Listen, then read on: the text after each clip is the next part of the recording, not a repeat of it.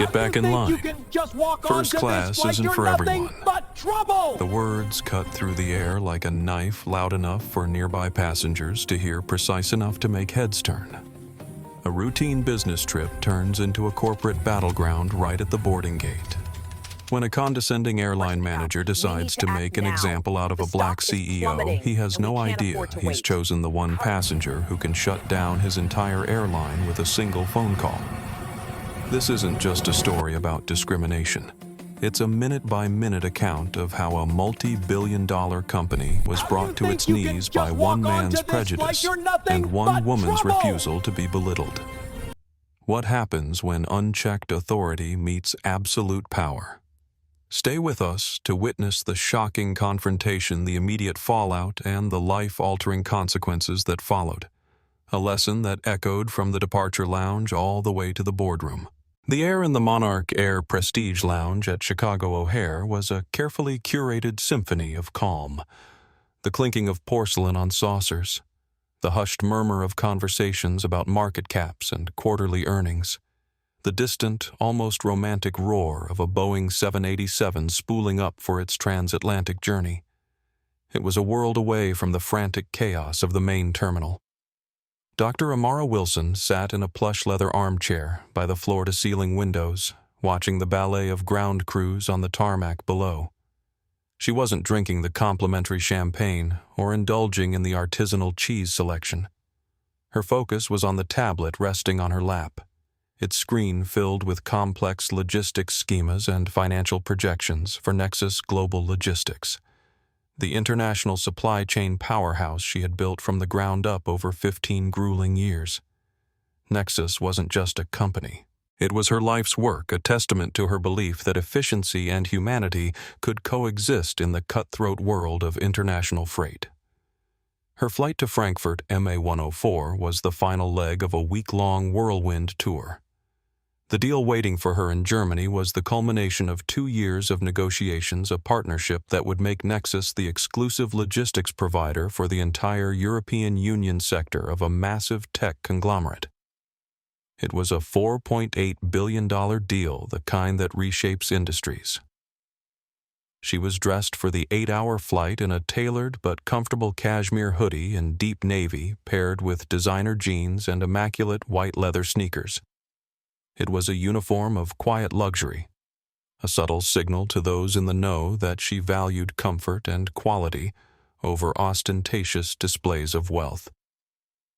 Beside her rested a sleek, minimalist leather briefcase containing the hard copies of the final proposal. At 42, Amara Wilson possessed an aura of unshakable composure forged in countless boardrooms where she was the only woman, the only person of color, or both. Her gaze was direct, her questions precise, and she wasted neither time nor words. Her company's contract with Monarch Air was one of the largest corporate accounts on their books, valued at $28 million annually. Her global elite status. The airline's most exclusive invitation-only tier was a mere byproduct of the sheer volume of travel she and her executive team undertook. Amara's journey to this moment had been anything but easy. Born to middle-class parents in Baltimore, her mother a high school science teacher, her father an electrical engineer, she'd been taught from an early age that she would have to work twice as hard to be considered half as good. She graduated top of her class from Howard University, earned her PhD in logistics engineering from MIT, and spent 5 years climbing the ranks at a major shipping company before striking out on her own. The founding of Nexus came after a particularly brutal meeting where her innovative supply chain solution was dismissed out of hand, only to be praised when presented by a white male colleague weeks later. Instead of fighting for recognition within a broken structure, she decided to build something new.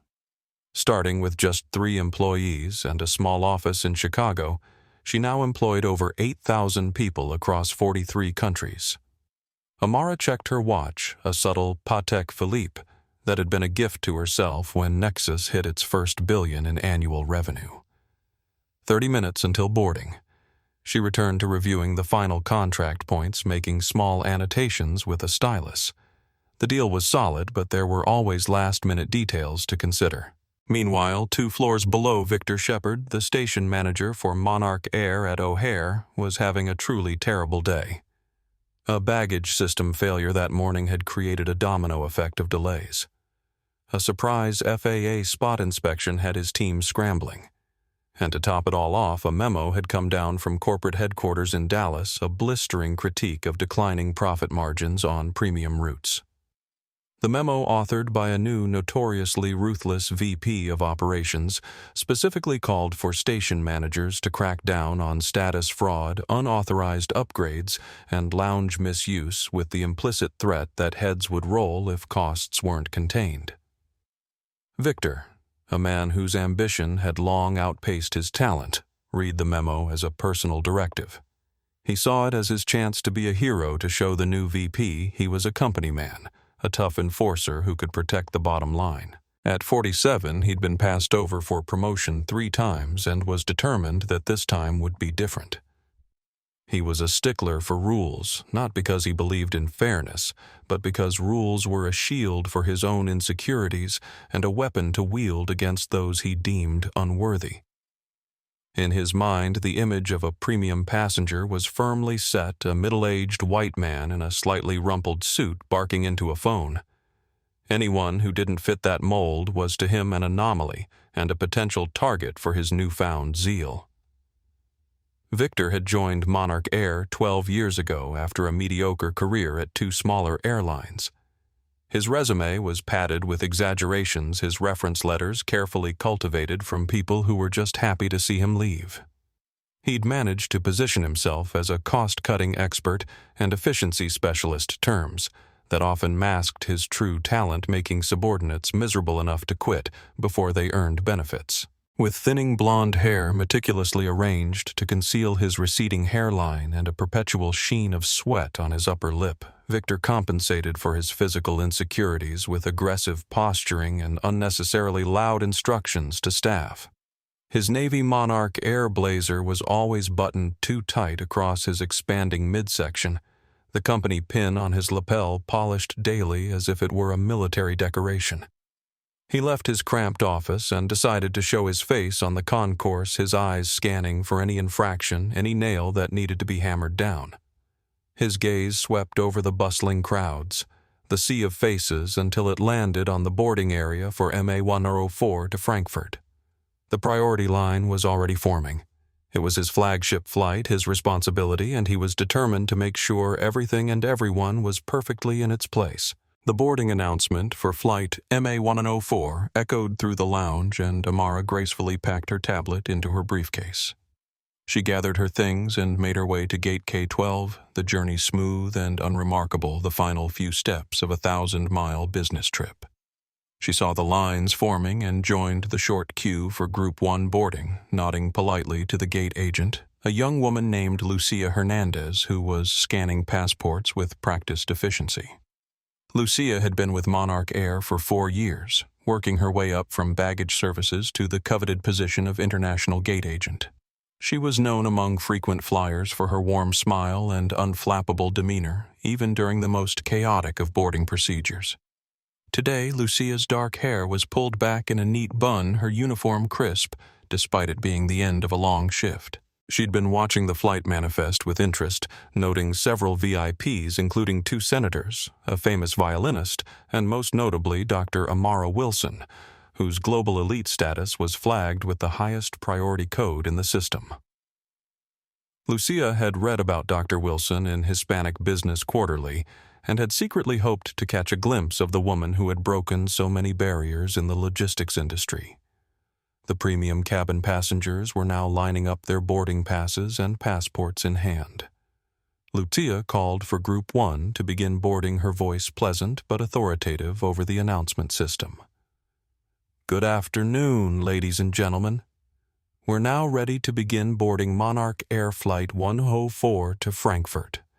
At this time, we invite our global elite members, first-class passengers, and those needing special assistance to board through Lane 1. Amara moved forward with the small group of premium passengers. A white couple in matching cashmere sweaters stood ahead of her, followed by an older Asian businessman speaking quietly into his phone in Japanese. Behind her, a white woman in her 50s with expensively highlighted hair was rummaging through a designer handbag, muttering about her reading glasses. When Amara reached the front, she handed over her passport and boarding pass with a small, professional smile. Lucia's eyes widened almost imperceptibly as she recognized Dr. Wilson in person. "Welcome aboard, Dr. Wilson," Lucia said with a warm professionalism that acknowledged Amara's status without making a fuss.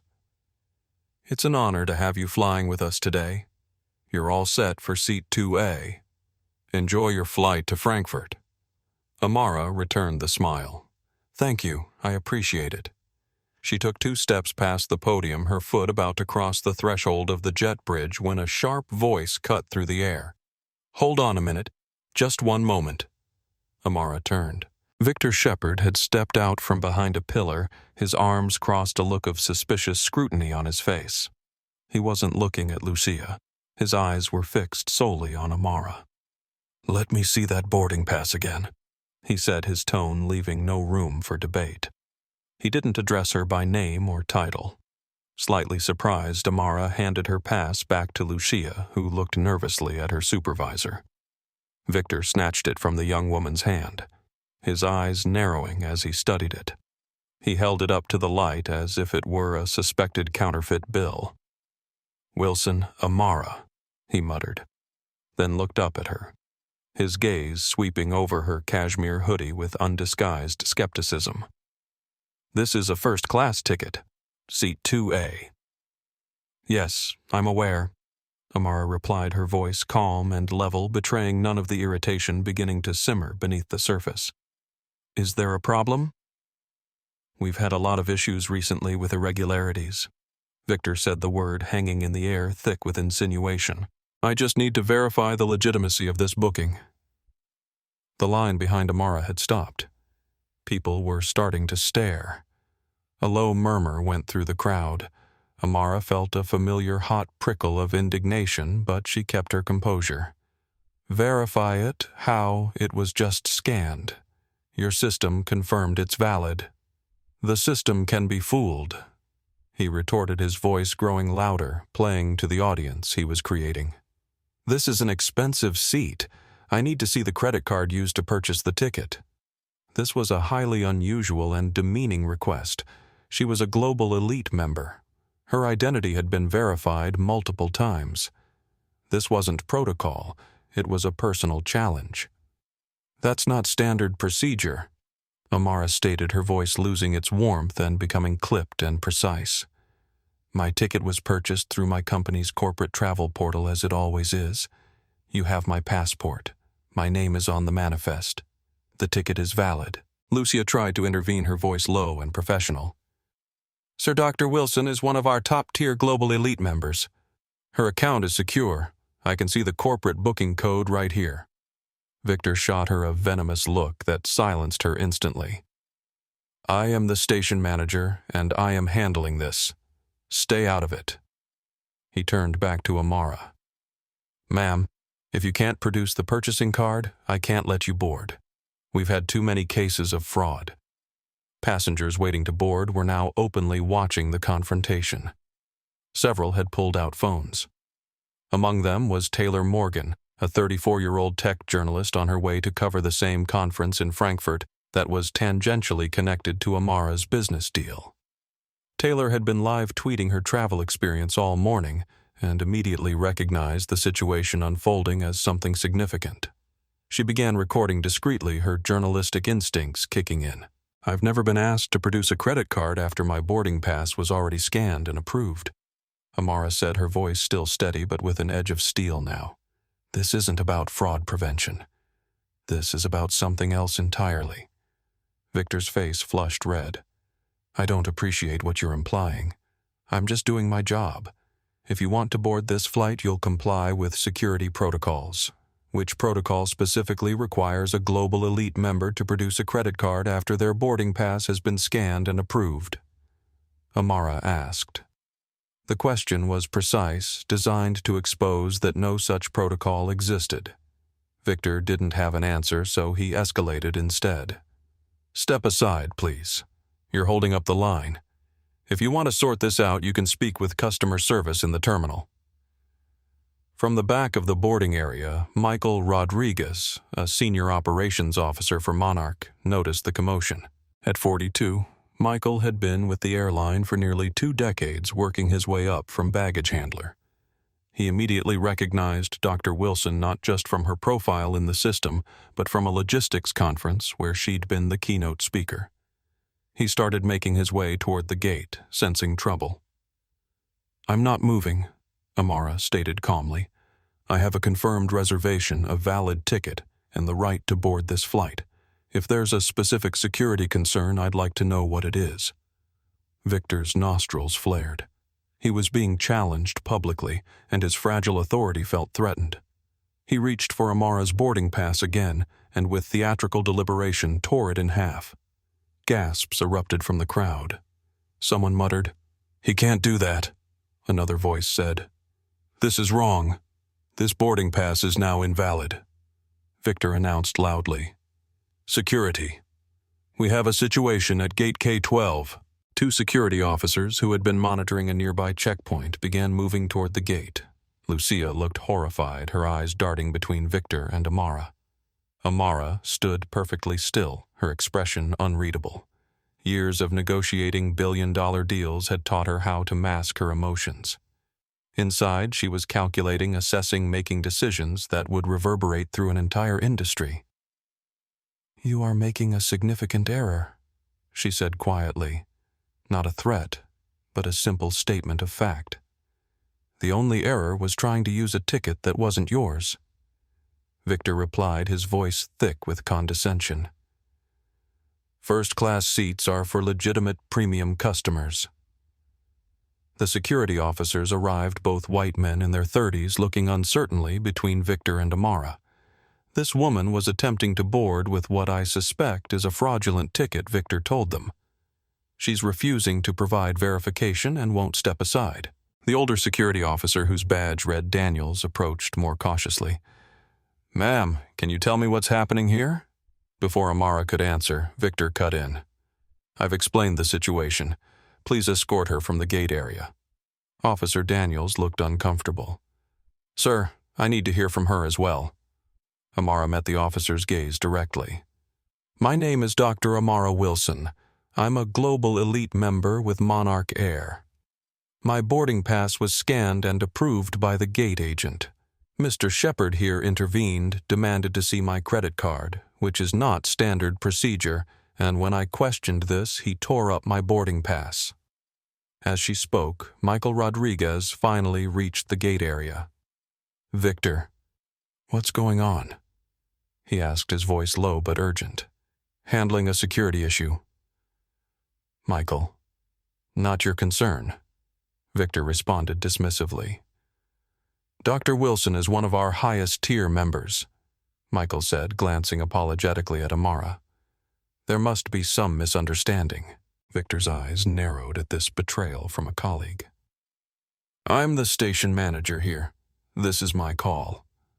Amara took a breath, making a decision. She could force the issue, create a scene, demand her rights. But 20 years in business had taught her when to fight battles directly and when to execute a strategic withdrawal. "I'll leave," she said simply. "But I want everyone's names, and I want it noted that my valid boarding pass was destroyed without cause." Victor smiled thinly, victorious. "You can file a complaint with customer service." Amara turned to Lucia. "May I have a printout of my boarding information, please, for my records?" Lucia, looking deeply apologetic, quickly printed a new boarding document and handed it to Amara. "I'm so sorry, Dr. Wilson," she whispered. "It's not your fault," Amara replied quietly. Then she turned and walked away from the gate with perfect posture and unhurried steps, her briefcase in hand, leaving stunned silence in her wake. Taylor Morgan was still recording her phone, capturing everything. She immediately ended her video and started typing out a thread on Twitter, "Just witnessed shocking discrimination at Monarch Air Gate K12 at O'Hare. Black woman with confirmed first-class ticket denied boarding after manager tore up her pass." Details follow. #Monarch Air disgrace. As Amara walked through the terminal, memories flooded back. At 29, she'd been the youngest project manager at her former company, responsible for a $50 million optimization of their Asia-Pacific route. After presenting her strategy to the board, the VP of Operations had patted her on the head, literally patted her on the head, and said, "That's cute, honey, but let's let the big boys handle the real decisions." 6 months later, she founded Nexus. She remembered being refused a meeting with a potential client in Dubai who had assumed she was the assistant, not the CEO. She recalled the real estate agent who had tried to steer her away from buying an office building in Manhattan's financial district, suggesting a more suitable location in a less prestigious area. There had been 1,000 small cuts over the years, but also 1,000 victories as she built Nexus into a powerhouse that could not be ignored. This incident at the gate was just one more in a long line, but this time she had something many others in her position didn't have the power to respond on an equal footing. Amara found a quiet corner in the terminal away from the crowds.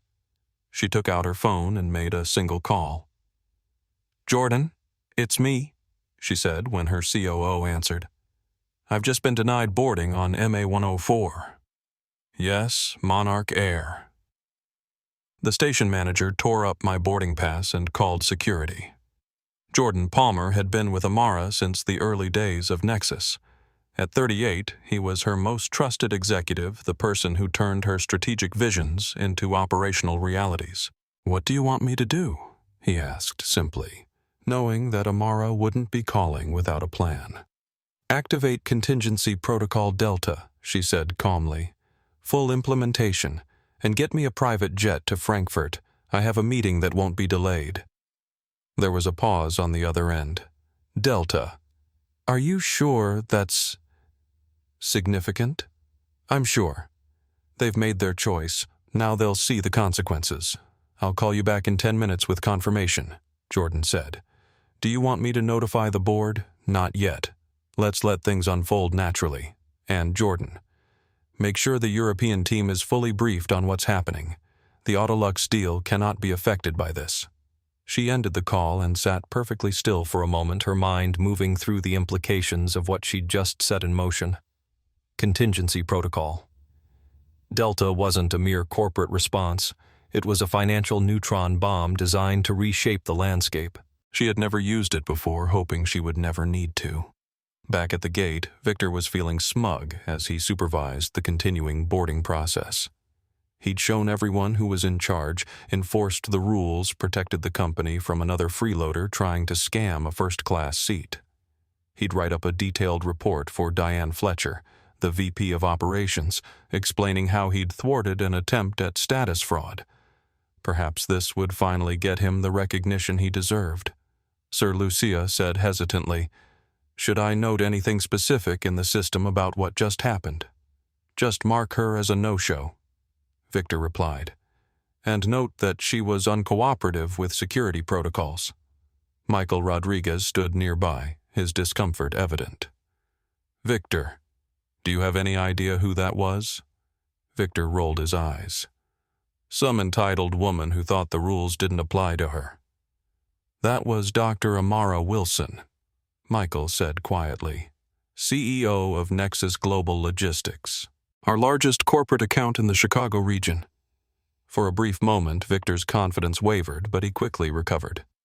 "If she's really who you say she is, she should know better than to cause a scene. Besides, she didn't look like a CEO to me." "What exactly does a CEO look like, Victor?" Michael asked, a dangerous edge to his voice. Victor didn't answer, turning back to supervise the boarding process. "Get back to your post, Michael. I'll handle any fallout." As the last passengers boarded, MA-104 Victor's phone buzzed with a text from his wife.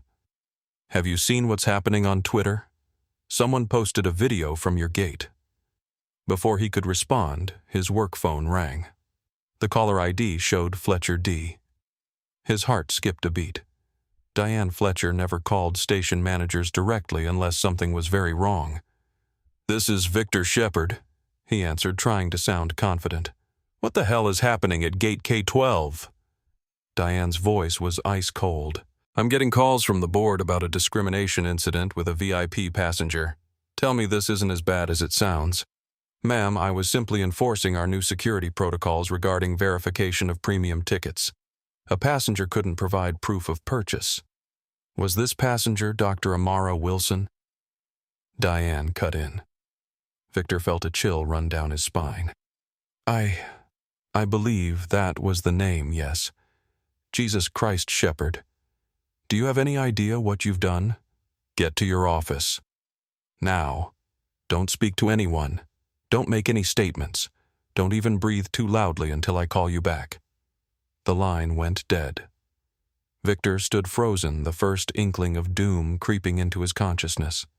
Across the terminal, Taylor Morgan's Twitter thread was gaining traction. A travel blogger with 80,000 followers had retweeted it, adding, "This is disgraceful at Monarch Air. How is this still happening in 2023? The video had already been viewed 12,000 times and was climbing rapidly. Meanwhile, in a sleek office building in downtown Chicago, Jordan Palmer was executing Amara's instructions with military precision. He assembled the core crisis team, legal, finance, communications, and operations, and laid out the situation. Dr. Wilson has activated Contingency Protocol Delta, he announced to the stunned room. I need full implementation within the hour.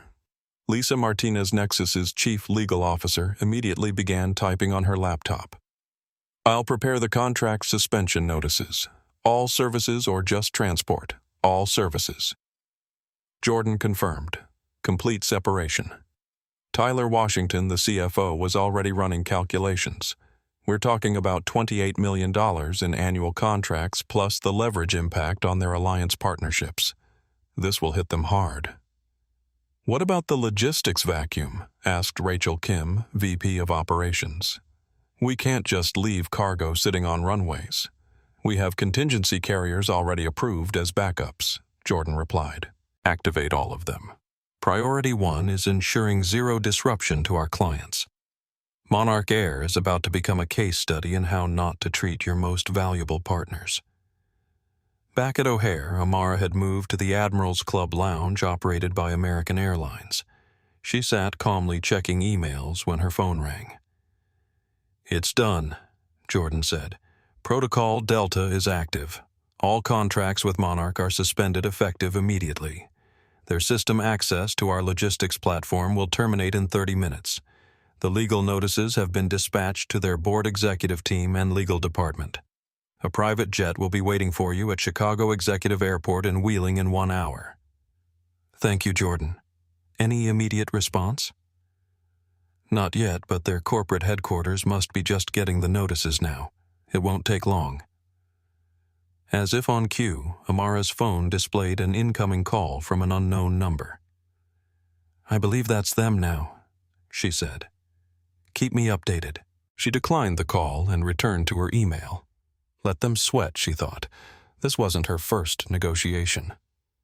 At Monarch Air's corporate headquarters in Dallas, absolute chaos had erupted. The legal department was frantically reviewing the suspension notices that had arrived simultaneously from Nexus Global Logistics. The CFO was already calculating the financial impact, his face growing paler by the minute. Diane Fletcher burst into CEO William Hayes' office without knocking. We have a Category 5 disaster unfolding, she announced, her usual composure shattered. Hayes looked up from his desk, annoyed at the interruption. At 59, he had been CEO for just under 3 years, brought in to boost the airline's sagging profits. He was known for cost-cutting and had little patience for customer service issues, as he called them. What now? Diane. Another social media complaint. Have PR handle it. This isn't a complaint, Bill. This is an extinction-level event, Diane said, placing her tablet in front of him. One of our station managers at O'Hare just discriminated against Dr. Amara Wilson, CEO of Nexus Global Logistics. Called security on her, tore up her first-class boarding pass, the whole 9 yards. It's already viral on social media, but that's the least of our problems. Hayes' expression shifted from annoyance to concern. Nexus. They're one of our biggest freight customers, aren't they? Try our single largest corporate client globally. $28 million in annual contracts. And that's just direct business. They control routing for another $150 million in affiliate freight that moves through our network. Hayes' face drained of color. Tell me this isn't as bad as it sounds. It's worse, Diane said grimly. They've suspended all contracts effective immediately. Every single one. Their legal team has already filed the paperwork. Our entire logistics system is going to grind to a halt in, she checked her watch, 22 minutes when they cut our access to their platform. Can they do that? Don't we have contractual protections? Their contracts include a corporate conduct clause with a zero-tolerance policy for discrimination against their executives. It was added 3 years ago, and we signed it because nobody thought it would ever be an issue. It gives them the right to immediate suspension of services without notice in case of a discriminatory incident. Hayes stood up, his mind racing. We need to fix this, now. Have you reached out to Wilson? She's not taking our calls, and based on what I'm hearing, she's already arranged private transport to Frankfurt. What does she want? Money. A public apology. Diane shook her head. I don't think it's that simple. From what I understand about Wilson, she builds structures, fixes broken systems. This isn't about an apology or a payout. This is about forcing fundamental change. Hayes slammed his hand on the desk. Get me Nicholas Bennett on the phone. If she won't talk to us, maybe she'll talk to the chairman of the Global Sky Alliance. Across the Atlantic, Sir Nicholas Bennett, the 63-year-old chairman of the Global Sky Alliance, was enjoying a late dinner at his London home when his secure phone line rang. Few people had this number, and fewer still would use it outside of a genuine crisis. Bennett, he answered, setting down his fork. Nick, it's Bill Hayes at Monarch. We have a situation that requires your immediate intervention. Bennett listened as Hayes outlined the crisis, his expression growing grimmer by the second. The Global Sky Alliance was a consortium of 26 airlines that shared routes, resources, and revenue. Monarch Air was a founding member. Let me be clear, Bennett said after Hayes finished. One of your managers discriminated against the CEO of the largest logistics company in North America, and now they're cutting all ties with not just Monarch, but potentially the entire alliance. That's the worst-case scenario. Yes, Hayes admitted. We need you to reach out to Wilson. She might take your call even if she won't take ours. I'll try, Bennett said, but I'm not optimistic. Amara Wilson has a reputation for being principled to the point of inflexibility when it comes to certain issues. And frankly, Bill, she has every right to be furious. As Bennett hung up, his executive assistant handed him a tablet displaying breaking news. Monarch Air stock plummets 8% on reports of major contract cancellation. The damage was already spreading. Meanwhile, Amara had arrived at Chicago Executive Airport, where a Gulfstream G650 was waiting to take her to Frankfurt. As she settled into the luxurious cabin, her phone buzzed with a text from Jordan Protocol Delta fully implemented. Monarch Air freight operations already reporting disruptions. Their stock is down 8% and falling. She nodded to herself. This wasn't about revenge. This was about consequences, clear, proportional, and unavoidable consequences for actions that would otherwise be dismissed, explained away, or buried in corporate bureaucracy. Her phone rang again, this time displaying Bennett N. She considered letting it go to voicemail, but decided against it. Nicholas Bennett was not the enemy here. Good evening, Sir Nicholas, she answered calmly. Dr. Wilson Bennett's cultured British accent came through clearly. I've just been briefed on the incident at O'Hare. First, let me say that I am personally appalled by what happened to you.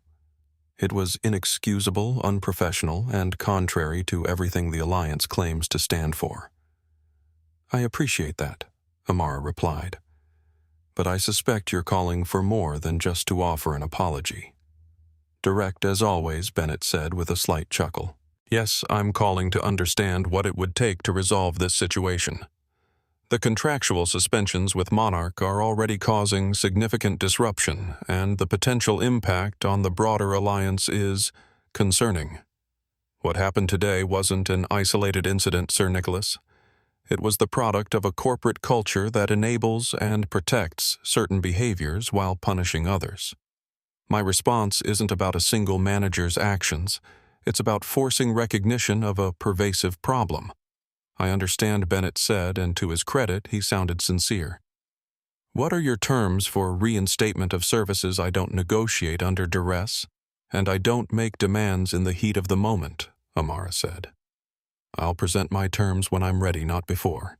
For now, the contracts remain suspended. Bennett sighed.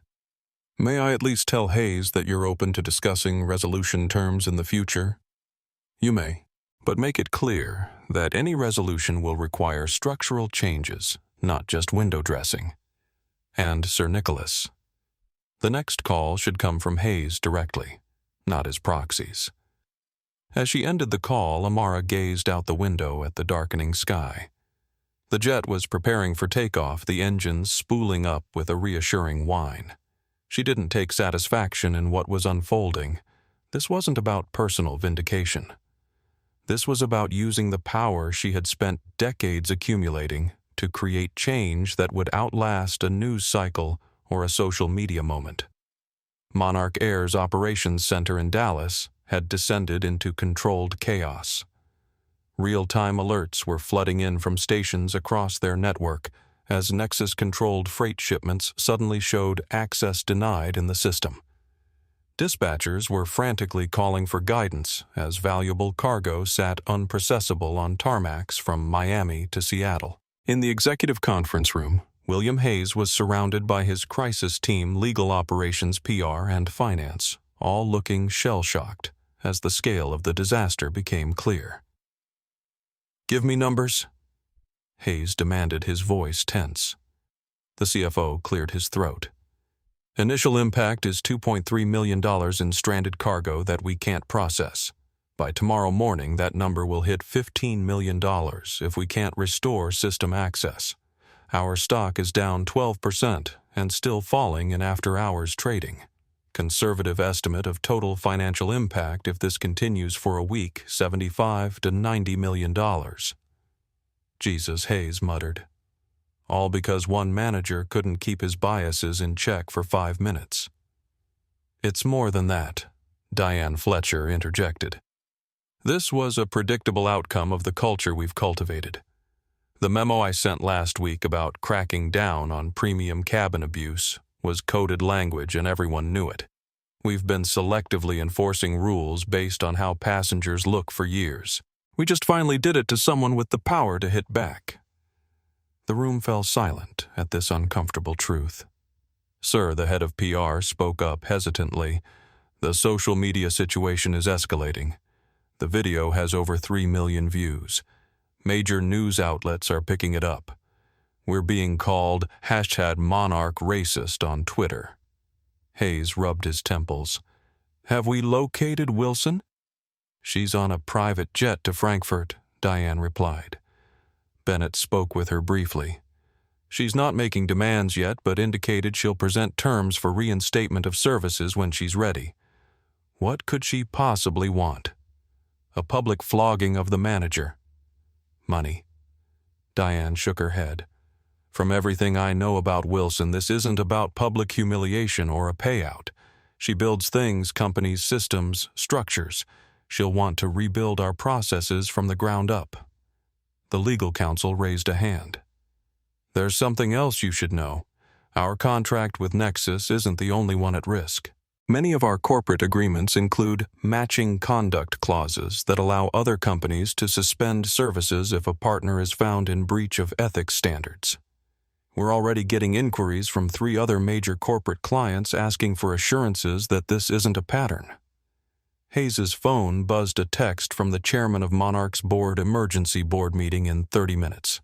Be prepared to explain how you let this happen and how you plan to fix it. At the gate at O'Hare, Victor Shepard was beginning to grasp the magnitude of his error. His phone wouldn't stop ringing colleagues, reporters, even old friends who'd seen the video online and wanted to know what the hell he'd been thinking. Lucia Hernandez was still at her post processing the final standby passengers for MA-104, which was now 30 minutes delayed due to the commotion. She was doing her best to maintain professionalism, but her hands shook slightly as she scanned boarding passes. Lucia, Victor said, approaching her station, "When you finish here, I need you to come to my office to give a statement about what happened." She looked up at him, her expression carefully neutral. "I've already filed my incident report in the system, Mr. Shepard. I documented exactly what occurred." "Yes, but I need to make sure our stories align before—" "Our stories," she interrupted, something steel-like entering her voice. "There aren't multiple stories here. There's what happened, which is that you discriminated against a global elite member based on her appearance. I've documented that accurately. I won't be changing my account." Victor's face flushed red. "Watch your tone. I'm still your supervisor. For how much longer, I wonder," Lucia replied, turning back to the waiting passengers. Michael Rodriguez approached, his expression grave. "Victor, you need to report to the administrative offices immediately. Regional VP Lawrence is on a video call waiting for you." As Victor hurried away, his career flashing before his eyes, Michael turned to Lucia. "Are you okay?" She nodded. "I just keep thinking about Dr. Wilson and how she must have felt. All her accomplishments, her status, her humanity reduced to nothing in an instant because someone decided she didn't look right for first class."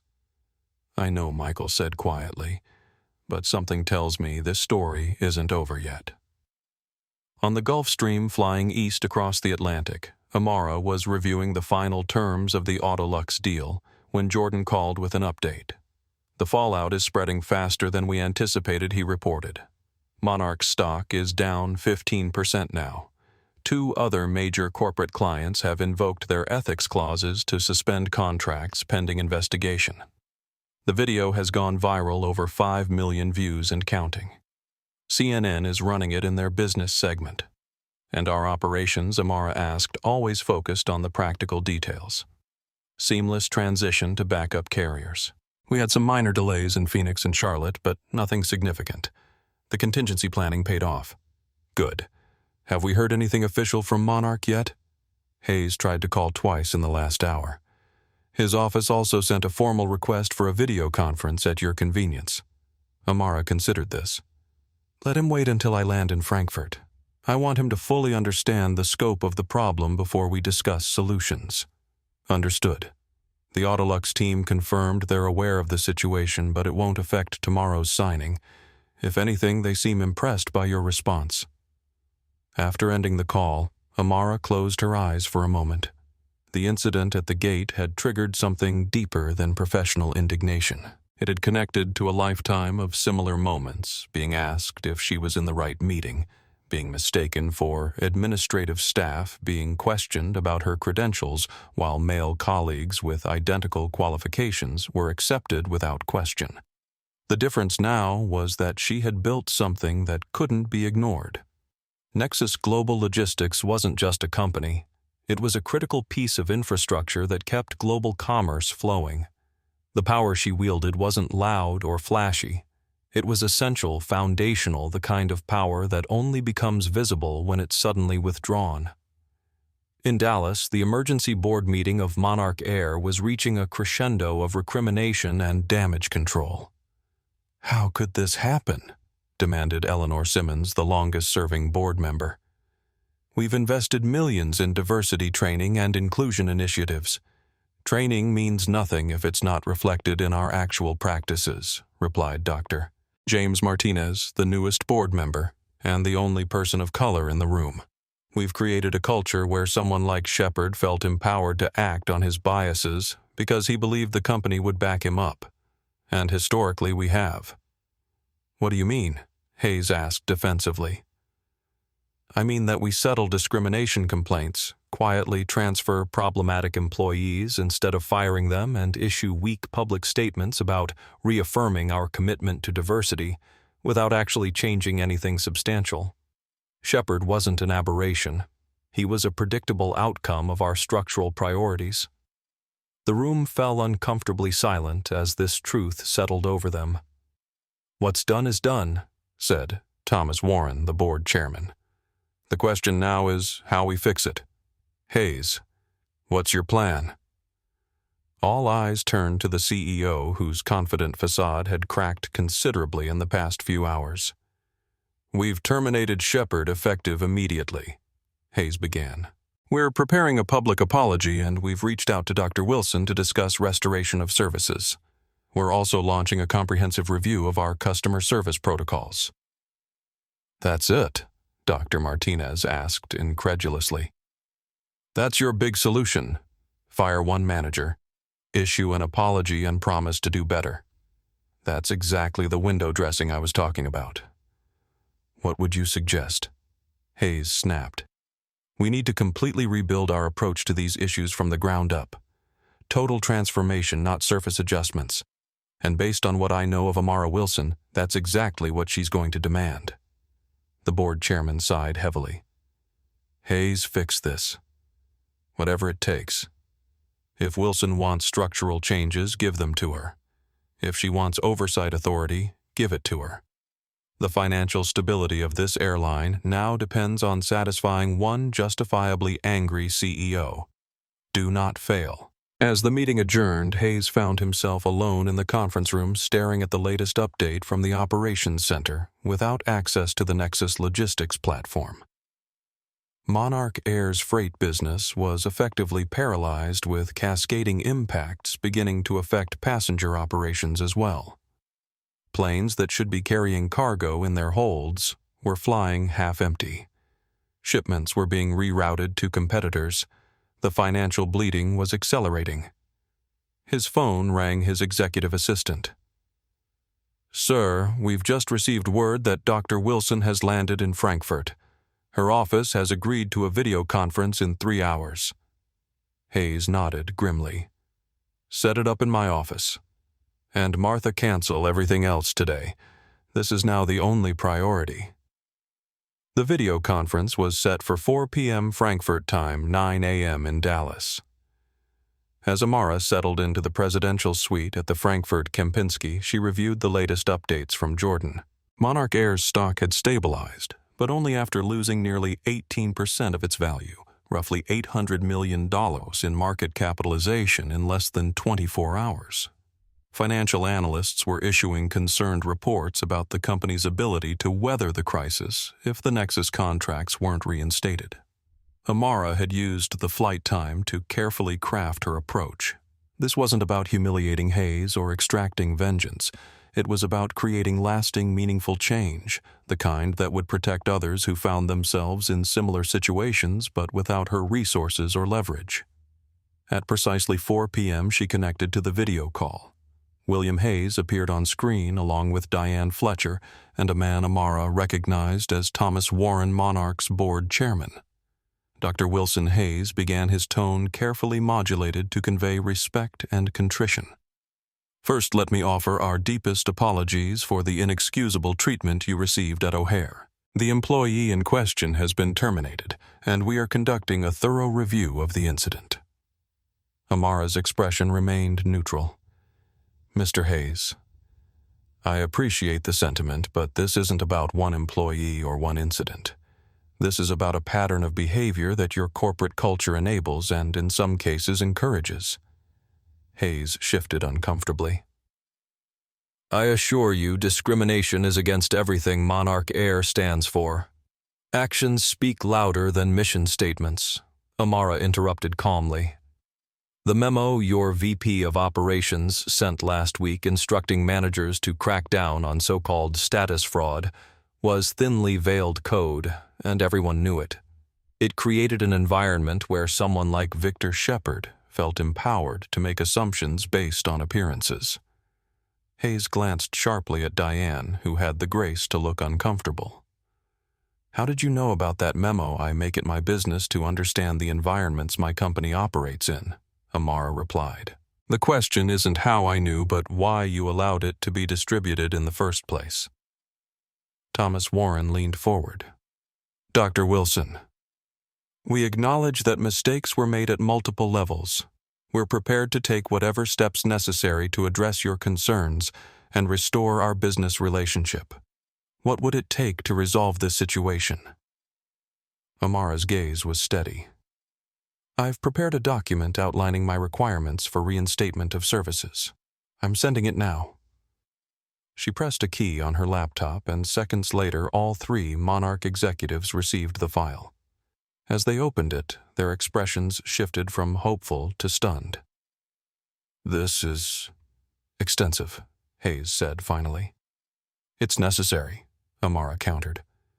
What you're looking at is the Dignity Protocol, a comprehensive framework for transforming how Monarch Air handles customer interactions, employee training, incident response, and accountability measures. The document outlined a complete overhaul of Monarch's approach to customer service, with specific emphasis on eliminating bias in enforcement of policies. It included mandatory quarterly training for all customer-facing staff, revision of all security and verification protocols to ensure consistent application, creation of an independent review board for discrimination complaints, implementation of a second check system requiring supervisor verification for any denial of service, binding arbitration clauses for discrimination cases rather than forced confidential settlements, tying executive compensation directly to diversity and inclusion metrics. You're asking us to completely rebuild our customer service infrastructure, Diane said, sounding overwhelmed.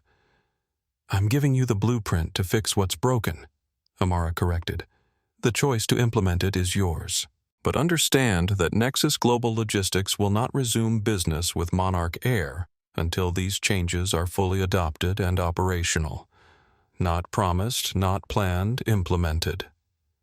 Hayes looked like he'd swallowed something bitter. The financial implications of these changes would be significant. The financial implications of not making them are already proving catastrophic, Amara pointed out. Your stock has lost nearly $1 billion in value since yesterday. Your freight operations are paralyzed. Other corporate clients are invoking ethics clauses to suspend their contracts. This isn't a negotiation, Mr. Hayes. It's a choice between transformation or continued decline. Thomas Warren, ever the pragmatist, nodded slowly. These terms are demanding but not unreasonable given the circumstances. I believe the board will support their implementation.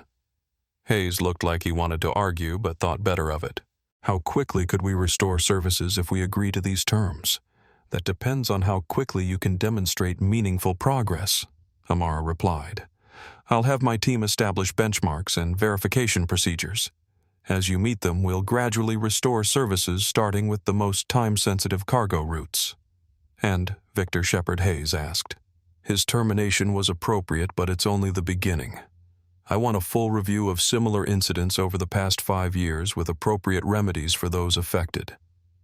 The call concluded with Hayes's reluctant agreement to the terms. As the screen went dark, Amara sat back in her chair feeling no particular triumph. This wasn't about winning. It was about fixing something fundamentally broken. Her phone rang Jordan calling for an update. How did it go? They'll implement the Dignity Protocol. Warren seemed to understand the necessity even if Hayes was resistant. And our services. We'll restore them incrementally as they meet the benchmarks. Start with the medical shipments and perishables. I don't want patients or food banks suffering because of corporate failures. Understood. The press is clamoring for statements. CNN, MSNBC, and Fox have all requested interviews. Decline them all, Amara said firmly. This isn't about publicity. It's about results. The only statement we release should focus on our commitment to dignity and respect in business relationships with no specific mentions of individuals or detailed accounts of the incident. As she ended the call, Amara turned her attention to the Autolux contract materials spread across the hotel desk. Tomorrow's signing would proceed as planned, unaffected by the Monarch situation. That was the difference between reaction and response. She had ensured that her core business objectives remained on track, even while addressing the discrimination she'd faced. Back in Chicago, Lucia Hernandez had been summoned to the regional office for a meeting with Lawrence Peterson, the regional VP who had flown in specifically to address the crisis. She sat nervously in the waiting area, convinced she was about to be fired for her role in the incident. When she was finally called in, she was surprised to find not just Peterson, but also Michael Rodriguez, and two people from corporate headquarters she didn't recognize. Ms. Hernandez, Peterson began. I want to thank you for your professionalism yesterday during an extremely difficult situation. Your incident report was clear, factual, and helped us understand exactly what transpired. Lucia blinked in surprise. I thought I might be in trouble, sir. Quite the opposite. Your actions represent the kind of integrity we need more of at Monarch Air, which is why, effective immediately, we're appointing you as interim gate manager for international departures while we conduct a more comprehensive review of our management structure. Michael smiled encouragingly at her shock. You earned this, Lucia. You did the right thing when it wasn't easy. There will be changes coming. Peterson continued, significant ones. Dr. Wilson has provided us with a framework for transforming how we operate, and we'll need people with your ethical clarity to help implement it. As Lucia left the office, still processing the unexpected turn of events, she passed Victor's former office. Maintenance staff were already removing his nameplate from the door. The speed of his downfall was breathtaking, less than 24 hours from smug authority to unemployed pariah. She thought about Dr. Wilson, wondering if she knew the ripple effects her stand was creating throughout the company. It wasn't just about one incident or one manager. It was about challenging a system that had allowed such behavior to flourish. The signing of the Autolux contract proceeded without a hitch the following morning. The CEO of the European tech conglomerate, Heinrich Müller, made no mention of the Monarch incident during the formal proceedings, but as he and Amara shared coffee afterward, he broached the subject. I saw what happened in Chicago, he said quietly. Your response was impressive. Many would have settled for an apology and compensation. Amara stirred her coffee thoughtfully. An apology changes nothing. Money changes nothing. Only structural transformation creates lasting impact. Muller nodded. Which is why we were so eager to partner with Nexus. You build systems that last, not quick fixes that crumble under pressure. He hesitated, then added, The Dignity Protocol you propose to Monarch. It's brilliant. Would you consider sharing a version of it with Autolux? We have our own challenges to address.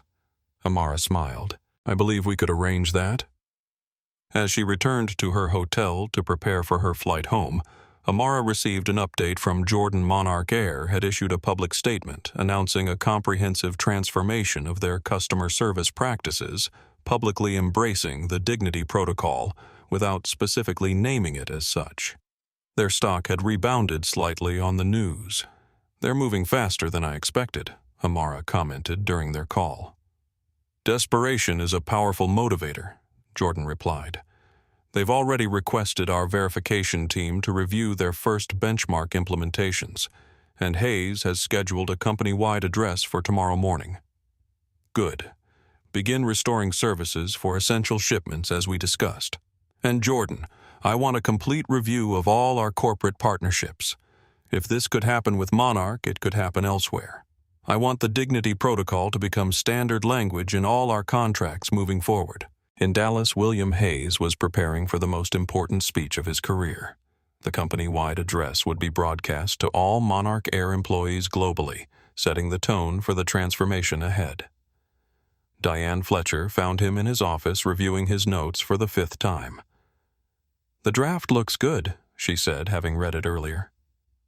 Honest, without being self-flagellating, forward-looking, without minimizing past failures. Hayes sighed. I still can't believe one incident could cause this much damage. It wasn't one incident, Diane corrected. It was the breaking point after countless similar incidents that we ignored or buried. Wilson just happened to have the power to force us to confront the pattern. Hayes nodded reluctantly. The board is fully behind the Dignity Protocol implementation. They see it as an opportunity to position Monarch as a leader in customer dignity standards. Ironic that it took a PR nightmare to get them there, but I'll take it, Diane said. The verification team from Nexus arrives tomorrow to assess our first implementation phase. If they approve, we get back 30% of our shipping capacity immediately. And the long-term financial impact of these changes, Diane handed him a tablet displaying financial projections. Initial investment is significant, about $42 million for system upgrades, training, and structural reorganization. But the financial models actually show positive returns by year 3. Turns out treating people with dignity and respect is good business. Hayes studied the numbers, then set the tablet aside. I've been thinking about my role in all this. The memo you sent, the one Wilson referenced, I approved it without even reading it carefully. I was so focused on cost-cutting that I didn't consider the implications of what we were actually telling our managers to do. We all failed, Diane said quietly. The question is whether we can build something better from the wreckage.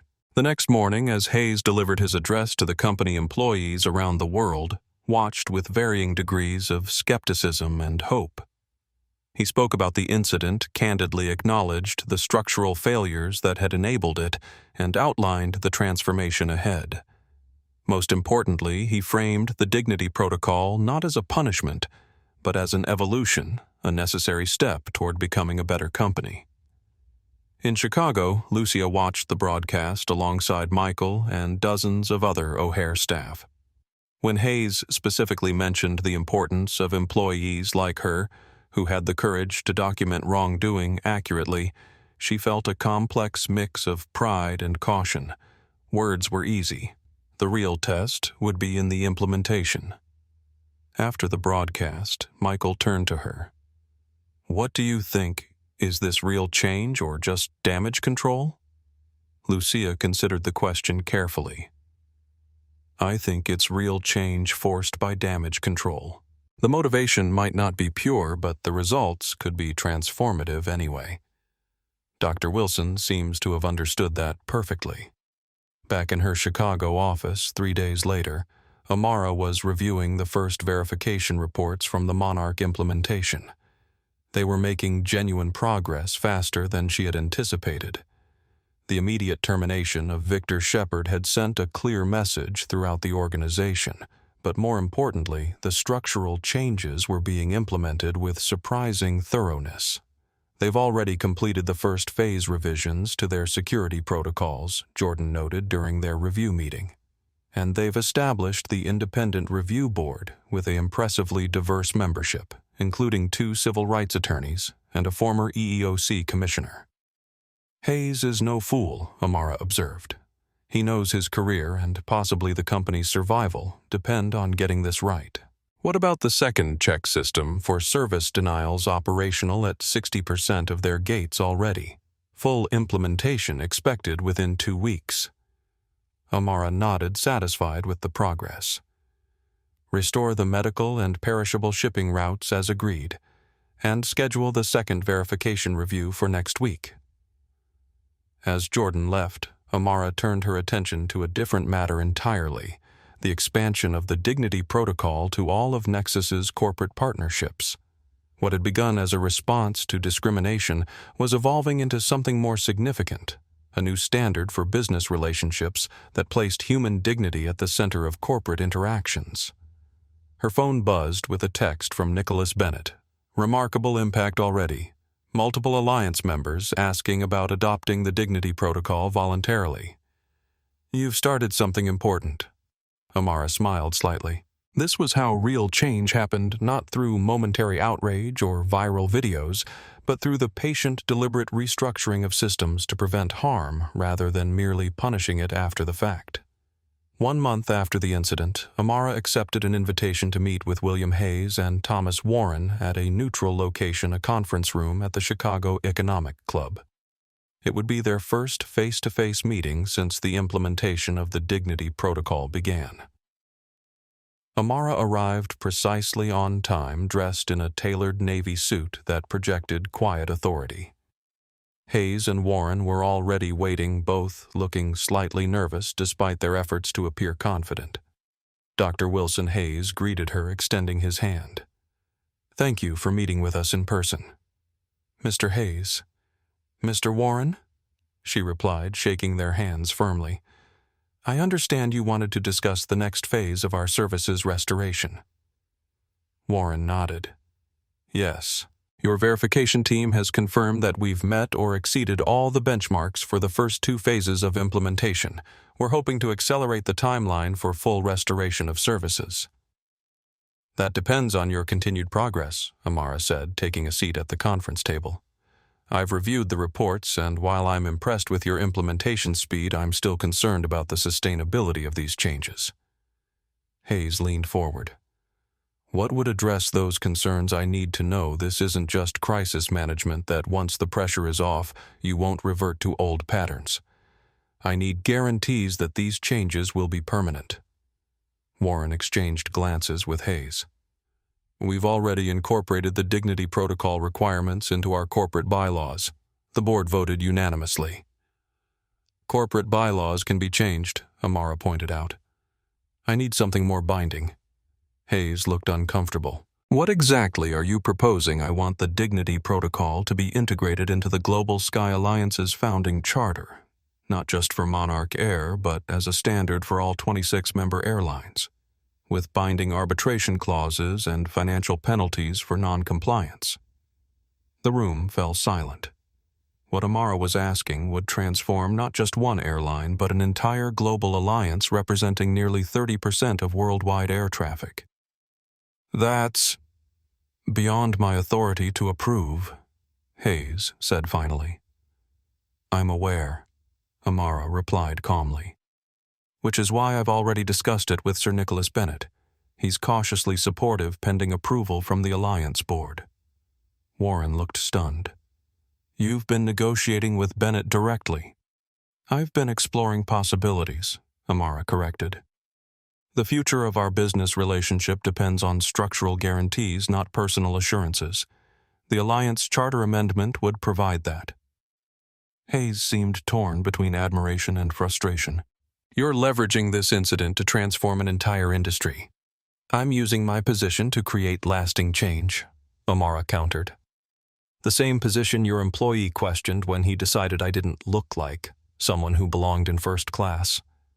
There was no argument against this truth, and Hayes knew it. "If we secure Alliance support for the Charter Amendment," Warren asked, "would that satisfy your requirements for full restoration of services?" "Yes," Amara said. "With one additional condition. I want Lucia Hernandez, the gate agent who tried to intervene during the incident, to be named to lead the implementation team for the Dignity Protocol at O'Hare. Her insight and integrity would be valuable assets." Hayes nodded slowly. "That's actually a good suggestion. She's already been promoted to interim manager." "Then we have the outline of an agreement," Amara said, rising from her seat. "I'll expect updates on the Alliance Charter discussions within the week." As she left the meeting, Amara felt a quiet satisfaction.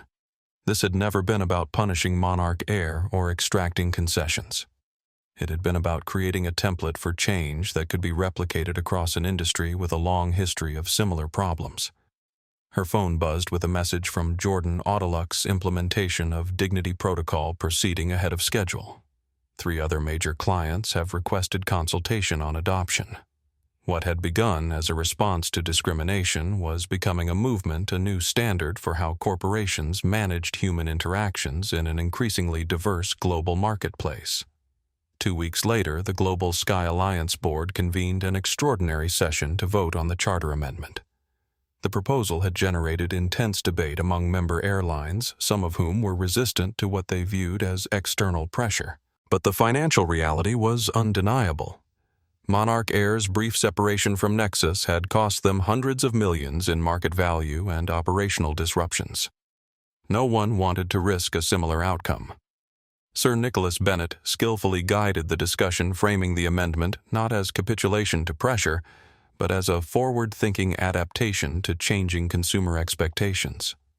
The Dignity Protocol isn't just about avoiding discrimination lawsuits, he argued.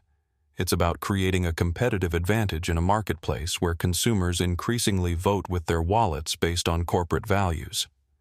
After 4 hours of debate, the amendment passed with a vote of 22-4. The Global Sky Alliance would become the first major airline consortium to adopt binding dignity standards across all member operations. When news of the vote reached Amara, she was in a meeting with her executive team discussing the upcoming quarter's logistics challenges. Jordan passed her a note with the result. She nodded once, then continued the meeting without interruption. This wasn't a moment for celebration. It was simply another step in the ongoing work of building better systems. Later that evening, alone in her office, she allowed herself a moment of reflection. The incident at O'Hare had been painful, humiliating in the moment.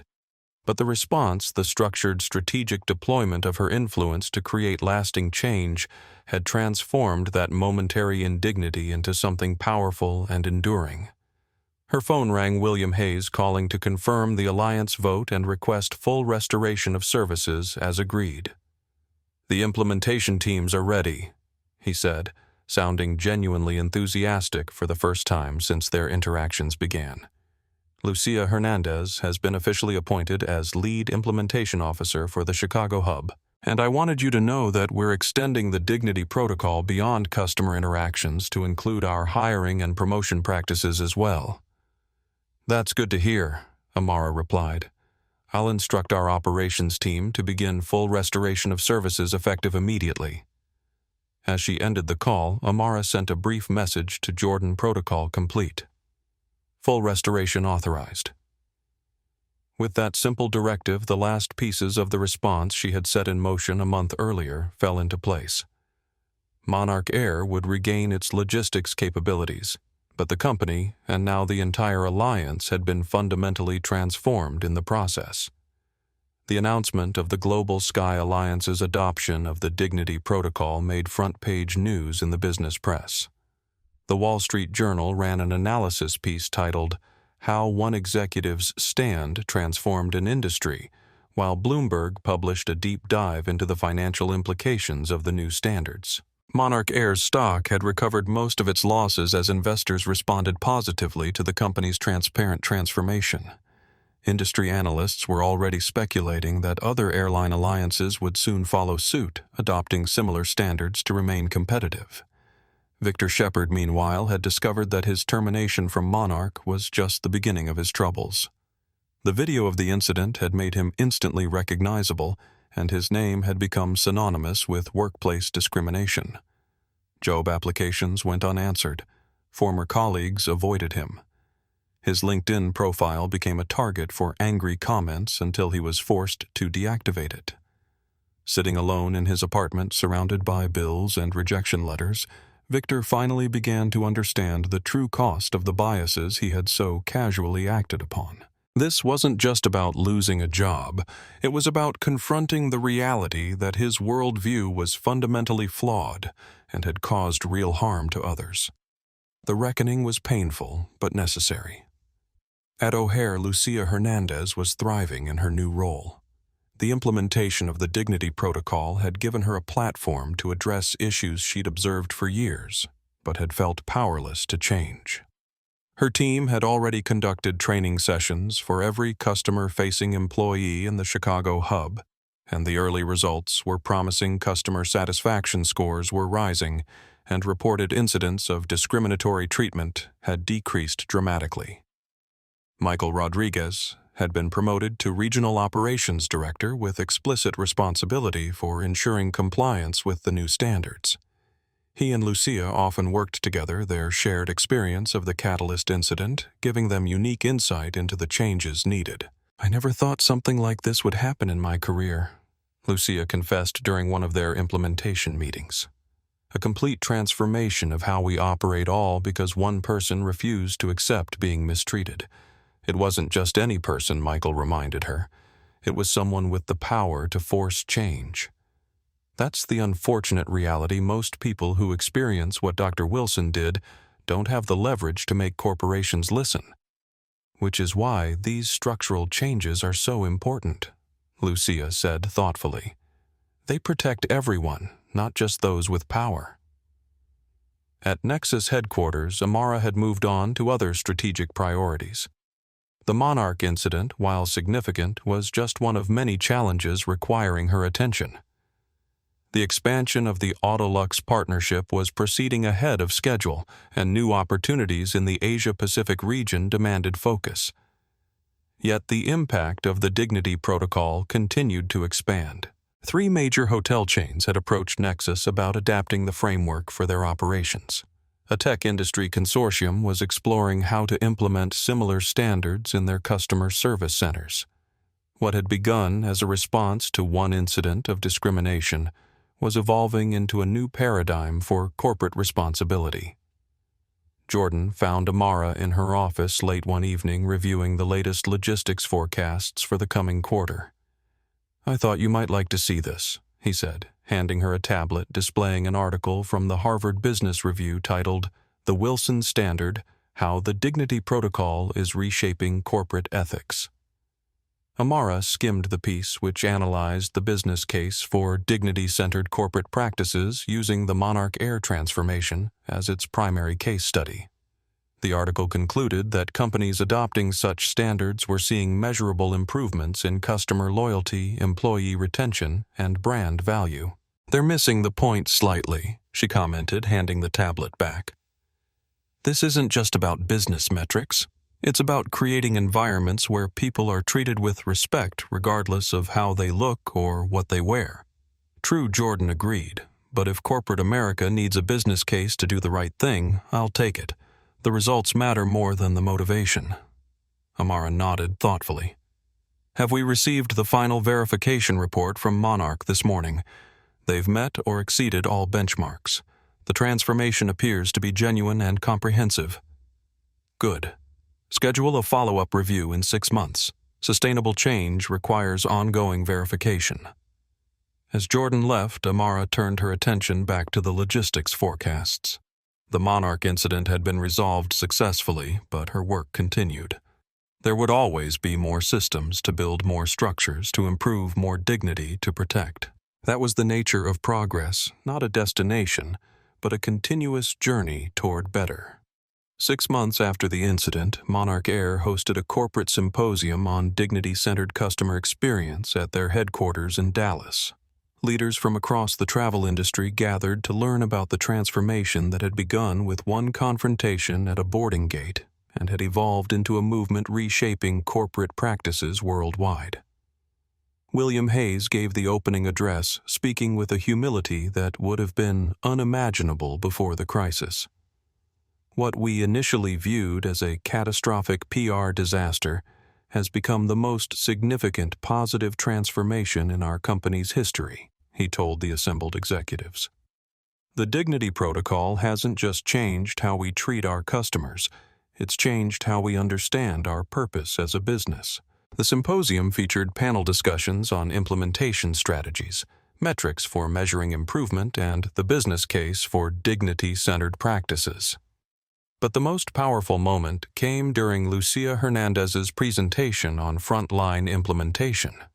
She spoke candidly about witnessing the incident that had catalyzed the change and how it had transformed her own understanding of her responsibilities. "When I saw Dr. Wilson being treated that way, I knew it was wrong, but I felt powerless to stop it," she admitted. The Dignity Protocol has given every employee not just the permission, but the obligation to ensure that all customers are treated with respect. That shift from passive witness to active guardian of dignity has transformed our corporate culture from the ground up. At Nexus headquarters in Chicago, Amara watched the live stream of the symposium while preparing for her next meeting. The transformation at Monarch had exceeded her expectations, but more importantly, it had created a template that other organizations were now adopting voluntarily. The Wilson Standard, as it had come to be known in business circles, had spread beyond airlines to hotels, retail chains, and even healthcare systems. The Harvard Business School was developing a case study on the Monarch transformation for their executive education program. Business publications were analyzing the financial benefits of dignity-centered practices, finding that companies that adopted them were seeing significant improvements in customer retention and employee satisfaction. But for Amara, the most meaningful impact wasn't measured in corporate metrics or business school case studies. It was in the stories she heard from individuals who had been protected by the changes she had set in motion. A flight attendant from Toronto wrote to thank her for creating an environment where she could intervene when she saw a passenger being mistreated without fear of reprisal. A businessman from Lagos shared how the second check system had prevented him from being denied boarding on a flight when a gate agent had questioned the legitimacy of his business class ticket. A transgender traveler described how the new training protocols had resulted in noticeably more respectful treatment during security screenings. These individual experiences of dignity preserved and respect maintained were the true measure of the transformation's success. 1 year to the day after the incident, Amara found herself back at O'Hare once again preparing to board a flight to Frankfurt. The terminal looked much the same, but subtle differences were evident to the observant eye. More diverse staffing at premium service counters, clearer signage about passenger rights, QR codes linking to the dignity standards that all staff were required to uphold. As she approached Gate K12, the same gate where the confrontation had occurred, she noticed Lucia Hernandez overseeing the boarding process. Their eyes met, and Lucia gave a small, respectful nod of recognition, which Amara returned. When Amara reached the front of the premium boarding line, she handed her passport and boarding pass to the gate agent, a young black man who hadn't been working there a year ago. "Thank you, Dr. Wilson," he said professionally after scanning her documents. "It's an honor to have you flying with us today. You're all set for seat 2A. "Thank you," Amara replied with a small smile. As she walked down the jet bridge, she reflected on how something as simple as a respectful interaction, an acknowledgement of belonging without question or challenge, could carry so much significance. On the flight, the lead flight attendant recognized her immediately and offered a warm welcome as she settled into her seat. No fuss, no special treatment, beyond what any first-class passenger would receive, just simple professional courtesy. Exactly as it should be. Amara opened her tablet to review materials for her meetings in Frankfurt, the incident at this very gate a year ago already receding in her mind. She had never sought to be a corporate crusader or a public figure in the fight against discrimination. She had simply used the power she had built over decades to create change when confronted with injustice. The true victory wasn't in public recognition or industry accolades. It was in the quiet dignity now afforded to thousands of travelers who would never know her name or the role she had played in transforming their experience. Back in Dallas, Victor Shepard was beginning to rebuild his life after a year of reflection and consequences. The viral infamy had eventually faded, allowing him to find work at a small logistics company. Ironically, one that had adopted the Wilson standard as part of its operating procedures. The required training as part of his orientation had been uncomfortable, but necessary, forcing him to confront the biases that had derailed his career and hurt others. He would never again hold a position of significant authority, but he had found something perhaps more valuable: understanding. The harsh spotlight of public judgment had illuminated parts of himself he had never been forced to examine, painful as that process had been. In a small irony that wasn't lost on him, his new role required him to occasionally coordinate with Nexus Global Logistics on shipping arrangements. He never interacted with Dr. Wilson directly, but her company's influence touched his daily work life in countless ways. The woman he had tried to humiliate had inadvertently given him a path to redemption, not through forgiveness, but through structural change that forced accountability and growth. Meanwhile, at the headquarters of the Global Sky Alliance in London, Sir Nicholas Bennett was hosting the annual meeting of member airline CEOs. The implementation of the Dignity Protocol across all 26 member airlines was the centerpiece of his opening address. 1 year ago, we faced a crisis that threatened the reputation and financial stability of one of our founding members, he reminded the assembled executives. Today, we stand as industry leaders in dignity-centered customer experience, with measurable improvements in customer satisfaction, employee retention, and brand value across the alliance. The presentation that followed showcased the impressive metrics: discrimination complaints down 78% across all member airlines, customer satisfaction scores up an average of 12%, employee retention improved by 23%, and perhaps most compelling to the business-minded audience, a collective increase in market capitalization of nearly $4 billion, as investors responded positively to the alliance's leadership in corporate responsibility. What began as a crisis has become a competitive advantage, Bennett concluded. The Wilson Standard isn't just about avoiding negative outcomes. It's about creating positive differentiation in a crowded marketplace. By placing dignity at the center of our operations, we've discovered that doing the right thing is also the smart thing. After the presentation, William Hayes approached Bennett during the reception. "I never thought I'd say this, but that incident was the best thing that could have happened to Monarch Air," he admitted. "We're a better company for it, more profitable, yes, but also more purposeful." Bennett smiled slightly. "Sometimes it takes a significant shock to reveal structural weaknesses we've been ignoring. The question is whether we learn from them or simply return to business as usual once the crisis passes." "There's no going back," Hayes said with certainty. "Not just because of our commitments to Nexus, but because we've seen the benefits of the transformation. The Wilson Standard works for our customers, our employees, and our bottom line." As the executives continued their discussions, the impact of one woman's refusal to accept discrimination continued to ripple outward, touching countless lives in ways both measurable and immeasurable, a testament to the power of dignity demanded and respect required. The story of Dr. Amara Wilson and Monarch Air serves as a powerful reminder of how one moment of injustice met with strategic response rather than helpless outrage can transform entire industries. This wasn't a tale of revenge or public humiliation. It was about building something better from the ashes of a broken system, creating structures that protect dignity not just for those with power, but for everyone who might find themselves facing similar treatment. When Dr. Wilson was denied boarding that day at Gate K12, she had a choice: accept the injustice, create a scene, or respond with calculated impact. She chose the path that would create lasting change, using her position not as a weapon, but as a tool for transformation.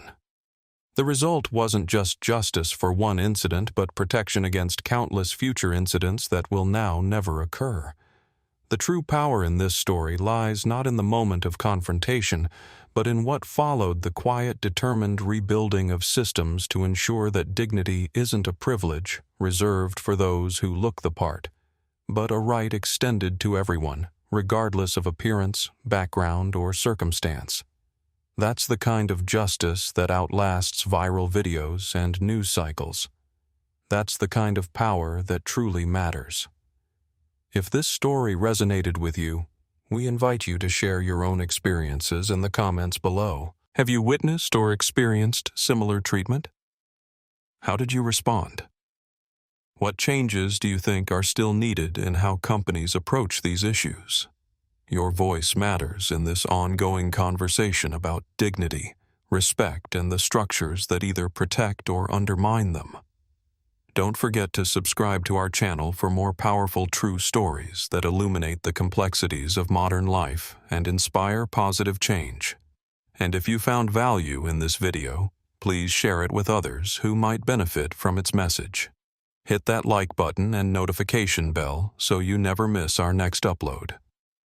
Remember, sometimes the most important changes begin with a single story that helps us see the world and our power to transform it in a new light.